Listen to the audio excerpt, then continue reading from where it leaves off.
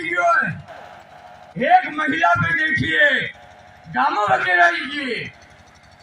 हमारे बड़ौदा ने कोई झगड़ो नहीं है, हथौड़ी नहीं, हमें खत्म की दो। एक नारी के पीछे कई घावों के विवाद हैं। तो मैं आपको कह रहा हूं, भगवान ने सारे कलंक नारी को दिए हैं। नारी का रूप एक सर्वोच्च रूप है। आप नारी को कमतर मत आंकिए। नारी अपने आप को कम आंक रही है अभी। अगर उसका चरित्र बल कायम रहता है तो किसी की हिम्मत नहीं कि कोई नारी के सामने देखे। आपका चरित्र बल मजबूत चाहिए। चरित्र में वो ताकत है। आप भगवान राम का नाम लेते हो, एक निष्ठा है। भगवान राम की निष्ठा और चरित्र देखिए। उसी बगीचे में सामने सीता जी भी कुछ लेने आई थी। उन्हें नहीं मालूम कि ये सीता जी है और सीता को ये नहीं मालूम कि ये राम है। जब भगवान ने देखा उनका चेहरा, उनकी तरफ आकर्षित हुए। 10 मिनट के बाद जब प्रभु अंदर आए तो उन्होंने कहा, क्या बात है, आज मेरा मन। ये चरित्र की निष्ठा है। बुरे काम के बुरे नतीजे, कोई काम नहीं आएगा, न पैसा न दौलत। आपका चरित्र, आपका विचार और आपका प्रेम आपके कुटुंब में, आपके परिवार में, आपके भाईचारे में झलक आएगी। पूरे विश्व स्वतः समाप्त हो जाएंगे। दूसरी बात, आपका बच्चा सुबह उठा है, ब्राह्मण के बच्चे हैं, उन्हें हर हाल में मंदिर जाना चाहिए। अपने घर में पूजा स्थल पे पूजा करवाइए, कोई न कोई एक मंत्रोच्चार करवाइए, कोई माला पकड़ाइए उसको और उन्हें समझाइए कि तू ब्राह्मण है और तू पूरे सारे समाजों को मार्गदर्शन करने वाला है। ये जो हमारा शरीर है ना, उसी से वर्णों की व्यवस्था हुई है। ये हमारा मस्तिष्क है, इसको ब्राह्मण कहा गया है। और ये बीच का भाग है, ये भुजा, उसको क्षत्रिय कहा गया है। पेट को वैश्य कहा गया है और हमारी जो गुदा उसको कहा गया है शूद्र कहा गया है। ये वर्ण व्यवस्था कहां से बनी? कर्मों के आधार पर। कर्म प्रधान समाज है और ब्राह्मण का दायित्व है, उसका नैतिक कर्तव्य है कि वो सभी समाजों को भी मार्गदर्शन दे। लेकिन मार्गदर्शन कब देगा? जब हमारा खुद का बच्चा ही तो वो मार्ग में भटका हुआ है, किसी को सदमार्ग कैसे दे सकता है? हमारे बच्चों को मोबाइल की ऐसी क्रांति, पूरी दुनिया कह रही है मोबाइल क्रांति ने तो पूरे दुनिया के अंदर विकास, जिधर देखो इधर विकास। हमारे समाज में भी हुआ विकास, लेकिन विकास कौन सा है? ये वो विकास है जहां हमारी माता बहनों को मजबूरन इकट्ठा करना पड़ा। ये विकास किया हमने। तो इस मोबाइल क्रांति का परिणाम है आज हमारे कई माँ कहती है बच्चों को, मेरे बच्चे को मोबाइल चलाने आ गया, इंटेलिजेंट नहीं हुआ। आपको पता है इस मोबाइल में क्या क्या है? अगर आप घर में शेर बनकर रहे तो ये दुर्गा बनकर आप पर सवारी करेगी, और घर में अगर आप नारायण बनकर रहे तो ये लक्ष्मी बनकर आपका साथ देगी। ये हमारे मातृशक्ति की परंपरा है, ये हमारी मातृशक्ति हुआ करती है। कई बार ये हमारे भाई लोग बोलते हैं कि हम तो बहुत बहादुर हैं। अरे आपके बहादुरी की हवा तो उसी दिन निकल गई थी जिस दिन आप शादी करने के लिए गए थे, और शादी करने के लिए अकेले नहीं गए थे, 200 लोगों की बारात और तलवार अलग से लगा के गए थे। इतने डरपोक हो, और ये शेरनी अकेली चल के आपके घर पे आई थी। अब आप खुद अंदाज लगा दें कि बहादुर आप हैं या ये है। समय बहुत तेजी से बदलता चला जा रहा है, न हम बदले जहां बदला, नजर बदली जमाने की, और जमाने की नजर के साथ अगर अपने आप को नहीं बदला तो निश्चित तौर पर आने वाला समय बहुत विकट आ रहा है। हमको सबको सचेत होकर एक साथ एकजुटता से बात करनी है। आज के जमाने में दुखी वो है जिसका पड़ोसी सुखी है। मेरे यहाँ लाइट बंद क्यों है इसकी चिंता नहीं है, मेरी इस बहन के यहाँ ज्योति के यहाँ लाइट क्यों चल रही है मेरे को उसकी चिंता, बस उसकी भी बंद हो जाए और वो भी मेरे जैसे अंधेरे में बैठे। कहीं लाइट बंद होते ही सबसे पहले हम देखने जाते हैं, देखना सामने वाले काकी के यहाँ लाइट जल रही है कि नहीं जल रही है, बस उसकी भी नहीं जल रही है तब ये आपको डरना पड़ेगा इस पर। और एक आपके लिए सबसे बड़ी बात, आप में सबसे बड़ी जो कमजोरी है वो गम नहीं खाते हैं। कम खाना और गम खाना जिसने सीख लिया आपकी जिंदगी मौज मस्ती से चलेगी, इसमें कोई दो राय नहीं। किसी ने कह दिया होगा तो वो समझो कि वो मूर्ख है, उसने जैसे भी कह दिया उसको अपने ऊपर लेकर के मत चलो और उसके साथ अपना अच्छा व्यवहार करो। जो तोकू काटा बुवेन ताही गो फूल फूल और ताहो ताके फूल के फूल एंड वाको है त्रिशूल। जो आपके साथ कैसा भी व्यवहार करे उस चीज को सारी की सारी भूल जाओ। और आज के साथ मैं सारी माता बहनों को कह रहा हूँ कि आज इस धरती पर ऐसी सौगंध लेकर के जाओ कि हम किसी का घर नहीं बिगाड़ेंगे चुगली करके। हमको मंथरा नहीं बनना है, कौशल्या बनना आपके लिए भी ये, क्योंकि आप लोगों में सबसे बुराई कहीं न कहीं है, सब में नहीं है लेकिन कुछ लोगों में ये है कि किसी का अच्छा नहीं दिखता तो उसको सारी चीजें अंदर अंदर समाज के बारे में उसमें समाज कोई भी नरके बरतने को तैयार नहीं है। समाज किसी प्रकार की तलाक में नहीं है। विशेष परिस्थितियां बनेगी आपके सामने, बिल्कुल ये लगेगा कि ये अत्यंत बहुत ज्यादा ये परिवार परेशान है। किसी प्रकार की कोई भी भारी दिक्कत हो तो समाज आपके घर बुलाना पड़ेगी,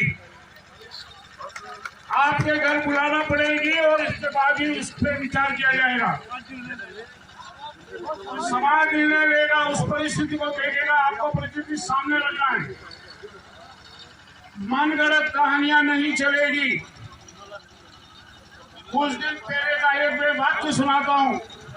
आदरणीय मेरे जिसको उर्दू में तलाक विवाह विच्छेद शब्द, जिसपे हमने आपके सुझाव समाज ने मांगे थे, कार्यकारिणी ने मांगे थे, मैं आपके सामने पढ़ रहा हूँ। इसमें अगर आपकी सहमति हो इसके बाद तो आपको सबको हाथ खड़े करने हैं, सहमति देनी है बाद में पढ़ने के बाद। आज समस्त गांव से उपस्थित मातृशक्ति के अपनी ग्राम इकाई से लाए गए सुझावों एवं विचारों में लगभग सभी गांवों की मातृशक्ति ने अपने एक स्वर में कहा कि समाज में तलाक विवाह विच्छेद शब्द का प्रयोग नहीं होना चाहिए। इस आधार पे बाद में इस आधार पे समाज की शीर्ष संस्था उपस्थित पंचों ने सर्वसम्मति से निर्णय किया है कि श्रीगौड़ ब्राह्मण समाज चोकला के सभी गांवों में किसी प्रकार का लड़का पक्ष एवं लड़की पक्ष से तलाक या संबंध विच्छेद नहीं किया जाएगा। इसकी तो पालना कठोरता से करनी है। यदि ऐसा होता है तो संपूर्ण चोकले द्वारा असहयोग किया जाएगा। गांवों के पंचों की भी जिम्मेदारी रहेगी कि वे अपने गांवों में तलाक अथवा संबंध विच्छेद न होने दें। फिर भी कोई परिवार ऐसा करता है, ग्राम पंच शीर्ष कार्यकारिणी को सूचित करते हुए उपयुक्त असहयोग वाले निर्णय से दंडित करेंगे। विशेष परिस्थिति में पूरे समाज चोकले की समस्त पंचों की अनुमति से निर्णय किया जाएगा। विषम परिस्थिति में यह विवाह विच्छेद का बिंदु क्रमांक 1 है। क्या आप सब इसमें सहमत हैं?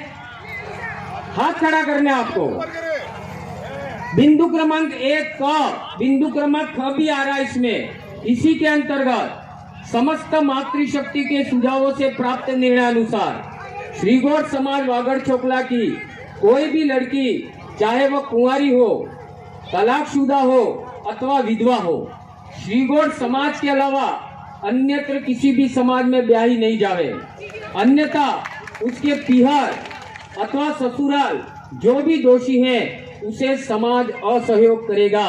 साथ ही उपरोक्त दोनों बिंदुओं के दोषी परिवारों के साथ कोई समाज का परिवार रिश्तेदार नहीं करेगा। यह विवाह विच्छेद का बिंदु था जिसपे 2 निष्कर्ष निकल के सामने। आपको इससे सहमत है तो अपने दोनों हाथ खड़े करिए।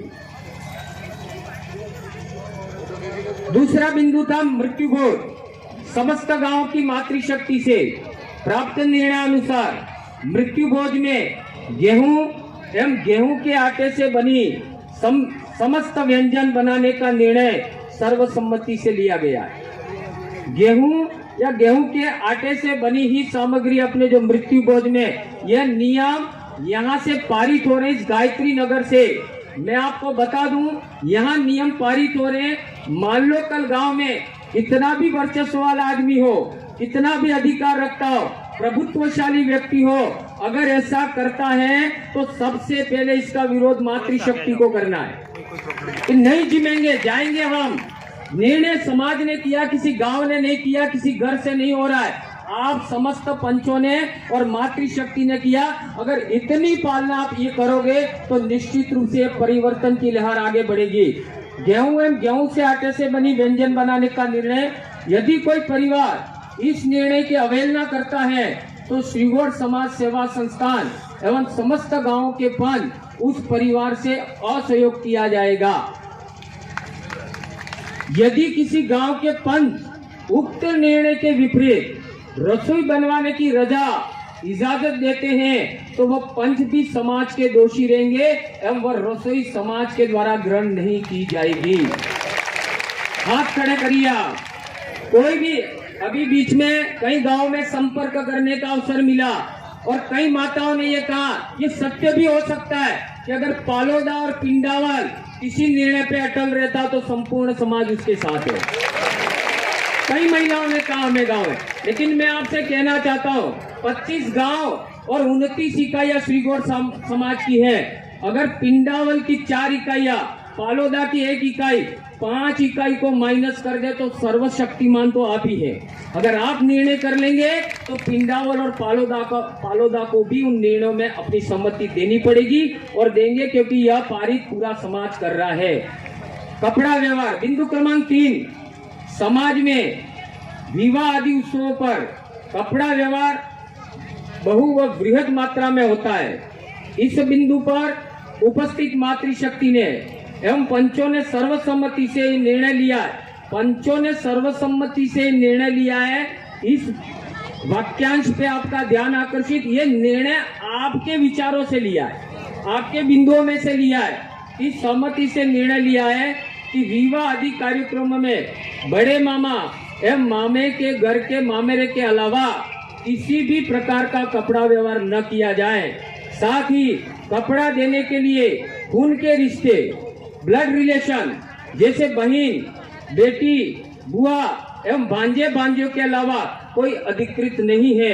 यदि कोई व्यक्ति इस निर्णय की अवहेलना करता है तो संबंधित गांव के पंच संबंधित व्यक्ति या परिवार के विरुद्ध कार्रवाई करेंगे। गांव इकाई को मजबूत होना पड़ेगा। सहमत है तो हाथ खड़ा करिए।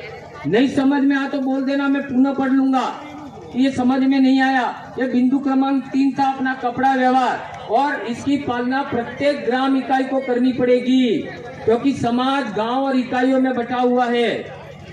विवाह कार्यक्रम बिंदु क्रमांक 4, विवाह कार्यक्रम के दौरान किए जा रहे व्यर्थ खर्च जैसे प्री वेडिंग, जो हमारी संस्कृति नहीं है न हमारे संस्कार है, बफे सिस्टम, विवाह में पटाखे आदि का प्रदर्शन पर तुरंत रोक लगाई जा रही है। यदि कोई व्यक्ति इस नियम की अवहेलना करता है तो समाज के पंच उसे अगले किसी कार्यक्रम की रजा नहीं देंगे। साथ ही संबंधित व्यक्ति को उक्त विवाह आदि की रजा देने से पूर्व उक्त निर्णय से अवगत कर देंगे।